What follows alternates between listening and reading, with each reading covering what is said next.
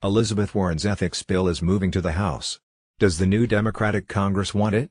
Washington, a sweeping ethics bill by Senator Elizabeth Warren, D-Mass, is making the jump to the newly Democratic House. Representative Pramila Jayapal, Democrat Washington, plans to introduce companion legislation in the coming days that she hopes will become a rallying point for progressives.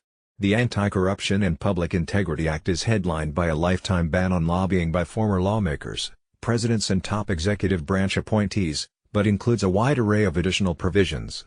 Some connect directly to President Donald Trump's conduct in office, like a proposed requirement that presidents make tax returns public and sell off companies to avoid conflicts of interest.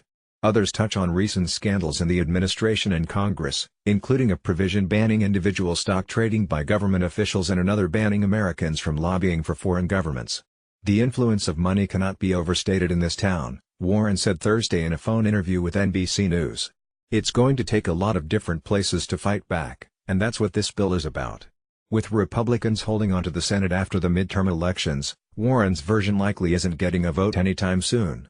But the upcoming Democratic Congress looks more promising. Leaders have already announced they plan to include a separate package of ethics reforms in their first bill, H.R. 1.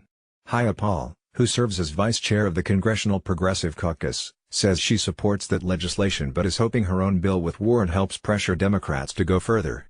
"We don't want people to think they can just sort of clap their hands and say we passed H.R. 1, we're done, because the problems run deep," said Jayapal Thursday. One obstacle the two identified in building support among their colleagues is concern that a far-reaching bill might open members up to a political counterattack for not having voluntarily instituted the same rules in the past. Jayapal said she had nicknamed their legislation the Nobody's Perfect Bill to reassure members that the goal was to create a new set of rules moving forward rather than to harangue potential co-sponsors for following the current ones. "When we pass it, we will all be compliant," she said. "That's the point of it." Warren and other Senate Democrats faced hypocrisy charges of their own during the midterm cycle, as critics pushed them to cast out Senator Bob Menendez, DNJ, who was severely admonished by the Senate Ethics Committee for accepting flights and luxury accommodations from a donor who was later convicted of fraud. Menendez survived an indictment on related corruption charges last year, which the Justice Department dropped after a mistrial, and won re-election last week.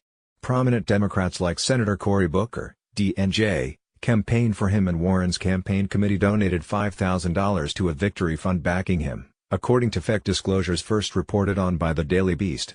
"I helped a lot of my colleagues at the federal level and the state level and helped state Democratic parties, but this isn't about politics," Warren said. "This about how we make Washington a place that works for the people." Asked whether Menendez should resign, Warren said her focus was on building a government we can believe in going forward with more stringent rules that would make clear to lawmakers what behavior is over the line.